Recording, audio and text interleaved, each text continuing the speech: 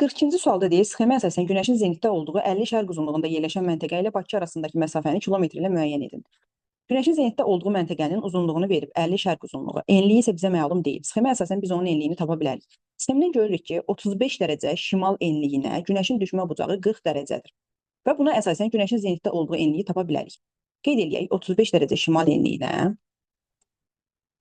Günəşin düşmə bucağı 40 dərəcədir. Günəşin zenitdə olduğu məntəqənin enliyini bilmirik. Ona görə x dərəcəli enlik deyirik.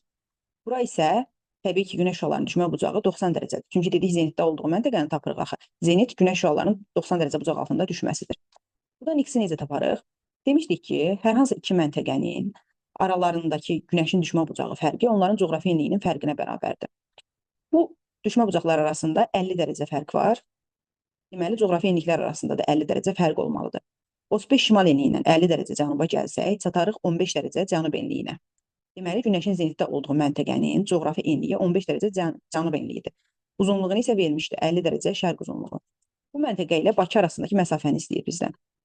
Hər ikisi 50 dərəcə şərq uzunluğunda yerləşir. Bakı 50 şərq uzunluğu 40 şimal enliyindədir. Bu məntəqədə 50 şərq uzunluğu 15 cənub enliyindədir. Bakıdır. Bu da bizim Günəşin zenitdə olduğu X məntəqəsidir. Bunlar arasında ayrı-ayrı yarımkürədə yerləşdiyinə görə dərəcə fərqini tapdıqda cəmləyirik. 40 dərəcə və 15 dərəcə. Aralarında 55 dərəcəlik meridian qövsü var. Bunlar arasında ən qısa məsafə bu məsafədir. Və 1 dərəcəlik meridian qövsü 111 kilometr olduğuna görə 55 dərəcəni vurarıq 111 kilometrə, eləyər 6105 kilometr. Bakı ilə bu məntəqə arasında 6105 kilometr məsafə var.